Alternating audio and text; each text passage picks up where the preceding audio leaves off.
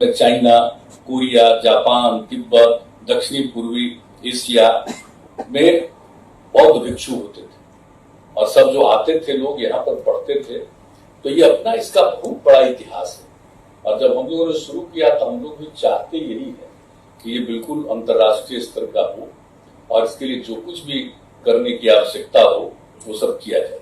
और राजगीर में इसका चयन हुआ तो नालंदा तो आप जानते ही हैं, उसका जगह का ही नाम नालंदा है, नालंदा विश्वविद्यालय, और तो बर्बाद हुआ। तो उसके लिए तो जितना प्रयास किया गया, तो प्रयास करने के बाद तो यहाँ पर इसके लिए स्थल का चयन किया गया। तो अब तो ये सब चीज तो हो ही रहा है और बहुत अच्छे ढंग से आगे भी काम हो।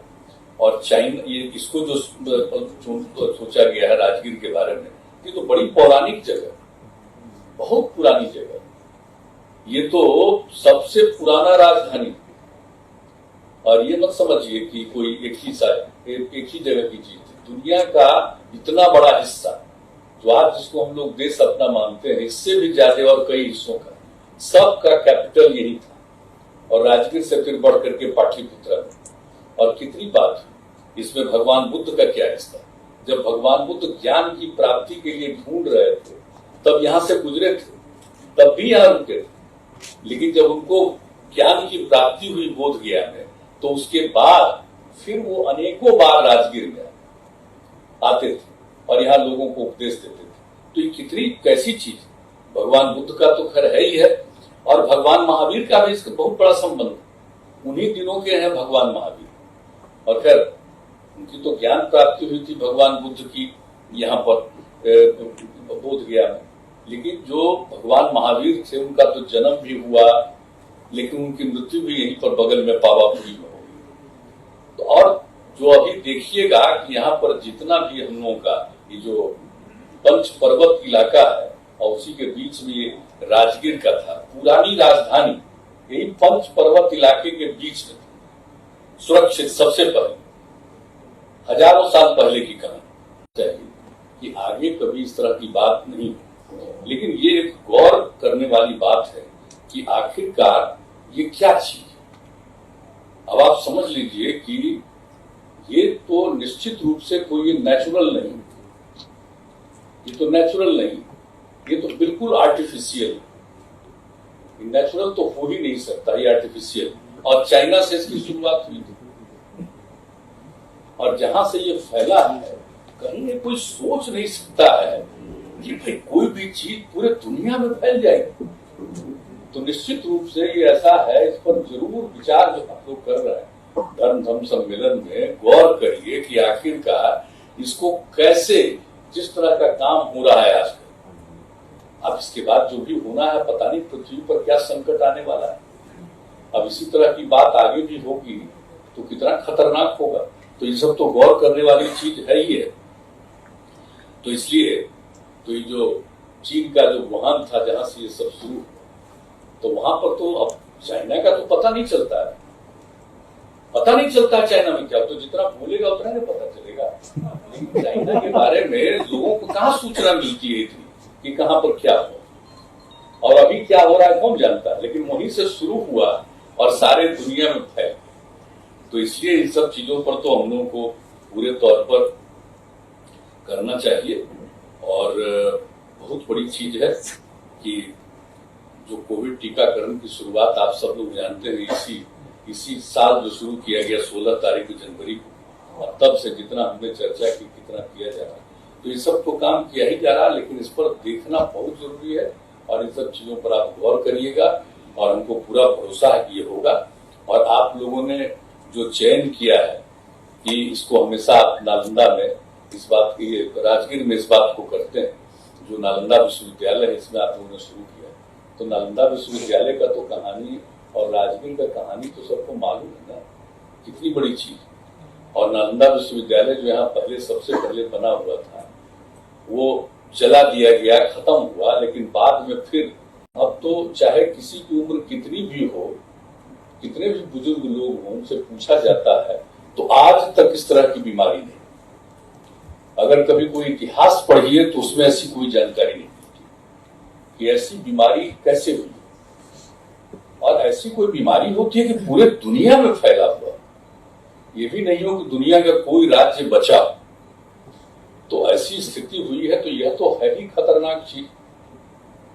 और इसको लेकर के जितना पूरे दुनिया में अलग अलग राज्य देशों में लोगों ने अपना काम किया, और हम लोगों के देश में तो पूरे तौर पर इसके लिए काम हुआ। प्रधानमंत्री जी का हमेशा गाइडलाइन मिलता रहा, मीटिंग होती रही, हर राज्यों के साथ मीटिंग होती रही, सब लोगों के साथ, अधिकारियों के साथ बातचीत होती रही कि कैसे इसका हम सॉल्यूशन करेंगे, कैसे इसका रास्ता निकालेंगे। तो उस पर तो काम किया गया, ये अपने आप में बहुत बड़ी चीज है और सब जगह घटा है, हम लोगों के यहाँ भी बहुत घटा है, लेकिन फिर भी खतरा रहता है। लोग सचेत करके रहते हैं कि 2 राउंड हो गया, तीसरा राउंड कभी भी हो सकता है। तो ये सब ऐसी चीज है कि इन सब चीजों पर तो बिल्कुल बात करना चाहिए, और ये बड़ी चीज। और ये जो धर्म सम्मेलन है, इन लोग तो बराबर कर रहे हैं। अब इसके पहले आज तो महामहिम राष्ट्रपति जी आए हैं, और हम तो यहाँ पर शामिल हुए थे 2018 में भी, जब आदरणीय राष्ट्रपति जी को बुलाया था आप लोगों ने, चौथा जो कार्यक्रम था, तो उसमें भी आने का मौका मुझको मिला था।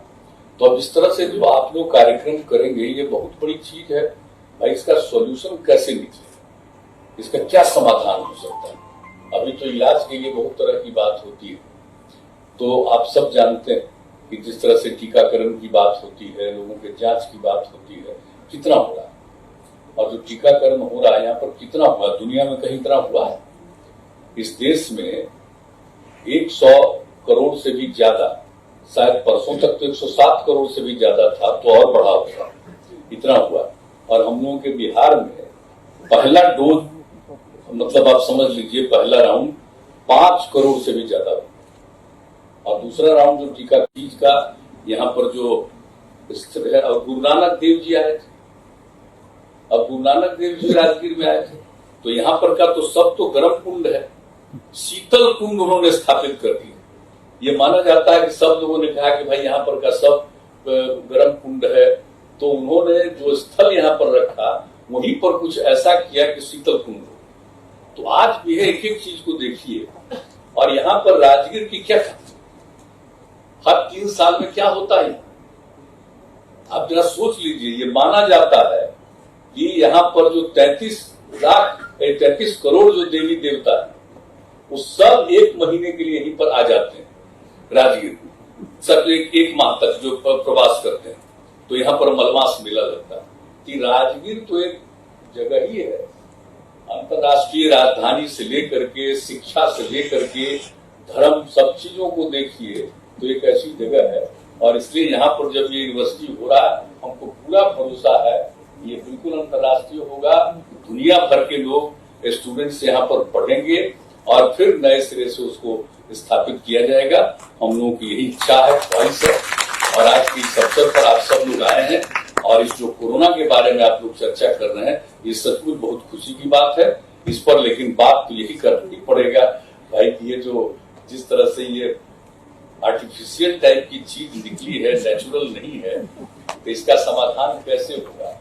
लोगों को हम किस तरह से गाइड करेंगे कि इस तरह की चीजों के चक्कर में मत पड़िएगा, प्रेम से रहिएगा, एक दूसरे के प्रति प्रेम का भाव हो, सद्भावना का भाव हो। तो इस तरह का एक माहौल बनना चाहिए। तो इस अवसर पर जो कुछ भी आयोजित किया है, हमारे आदरणीय माननीय उपराष्ट्रपति जी आए हुए हैं, उनको बोलना है, सब चीजों को यहाँ पर करना है। तो आप लोग बहुत अच्छे ढंग से कीजिए और ऐसा करिए आप लोग कॉन्फ्रेंस कि इससे जो चीज निकले वो सचमुच अपने देश के लिए तो उपयोगी होगा, पूरे दुनिया के लिए उपयोगी हो जाए। इस तरह की बीमारियों से किस तरह से इसका लोगों का बचाव होगा। तो आज के इस अवसर पर आप सब लोगों का मैं अभिनंदन करता हूँ क्या, और इन सब चीजों पर आप गौर करिएगा, और हमको पूरा भरोसा है कि ये होगा। और आप लोगों ने जो चयन किया है कि इसको हमेशा आप नालंदा में इस बात की, राजगीर में इस बात को करते हैं, जो नालंदा विश्वविद्यालय है इसमें आप लोगों ने शुरू किया, तो नालंदा विश्वविद्यालय का तो कहानी और राजगीर का कहानी तो सबको मालूम है ना, कितनी बड़ी चीज। और नालंदा विश्वविद्यालय जो यहाँ पहले सबसे पहले बना हुआ था, वो जला दिया गया, खत्म हुआ, लेकिन बाद में फिर जो हम लोगों के मन में बात आई कि साहब हम फिर से ये जो नालंदा यूनिवर्सिटी अंतर्राष्ट्रीय यूनिवर्सिटी है, इसको स्थापित करेंगे। जब हम लोगों को बिहार के लोगों ने काम करने का मौका दिया 2005 की 26 नवंबर से, तब से हम लोगों ने इन सब चीजों के बारे में सोचना शुरू किया।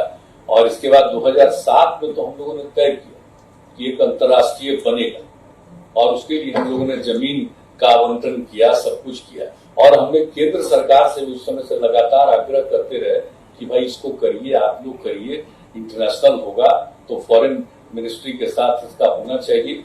तो अंत में वहां पर भी हो गया और एक अंतर्राष्ट्रीय विश्वविद्यालय बनाने का जब निर्णय हुआ, हम लोगों ने पूरा सब चीज ट्रांसफर किया और पूरा सब चीज ट्रांसफर किया। उसके बाद तो जो हुआ, और इसका तो सबको मालूम है कि 16 में तत्कालीन राष्ट्रपति जी आए थे और उन्होंने इसका शिलान्यास किया था।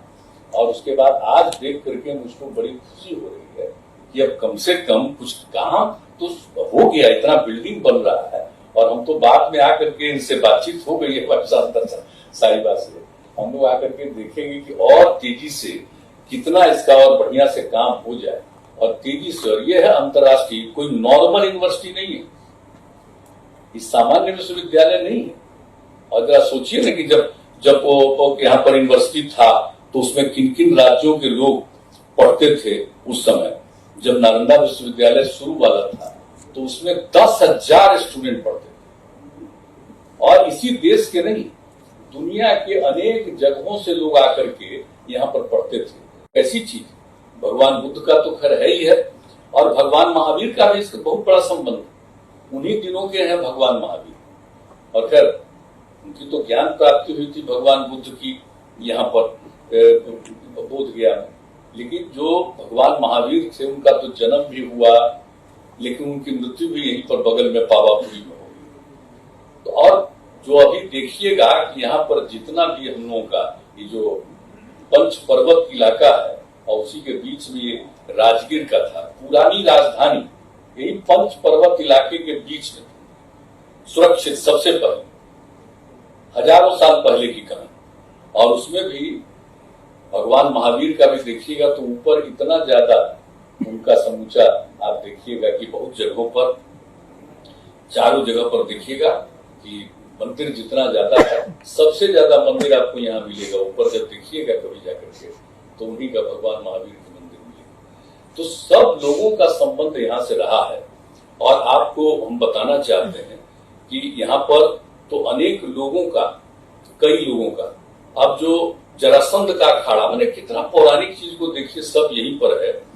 और इसके बाद पूरे तौर पर जो एक महान सूफी संत मखदूम साहब, उन्होंने भी यहाँ अध्ययन किया, यहाँ के पर्वत पर भी बैठकर, और उनको जो ज्ञान की प्राप्ति हुई, ये 22 सालों तक यहाँ पर रह करके उन्होंने यहाँ पर अध्ययन किया था। और इसी इबादत स्थल के पास मखदूम कुंड भी अवस्थित है, और राजगीर में तो सब कुंड है ही है। तो आप सबको मालूम ही है कि एक एक चीज का यहाँ पर जो स्थित है। और गुरु नानक देव जी आए थे, अब गुरु नानक देव जी राजगीर में आए थे, तो यहाँ पर का तो सब तो गर्म कुंड है, शीतल कुंड उन्होंने स्थापित कर दिया। ये माना जाता है कि सब लोगों ने कहा कि भाई यहाँ पर का सब गर्म कुंड है, तो उन्होंने जो स्थल यहाँ पर रखा वहीं पर कुछ ऐसा किया कि शीतल कुंड हो। तो आज भी है, एक एक चीज को देखिए।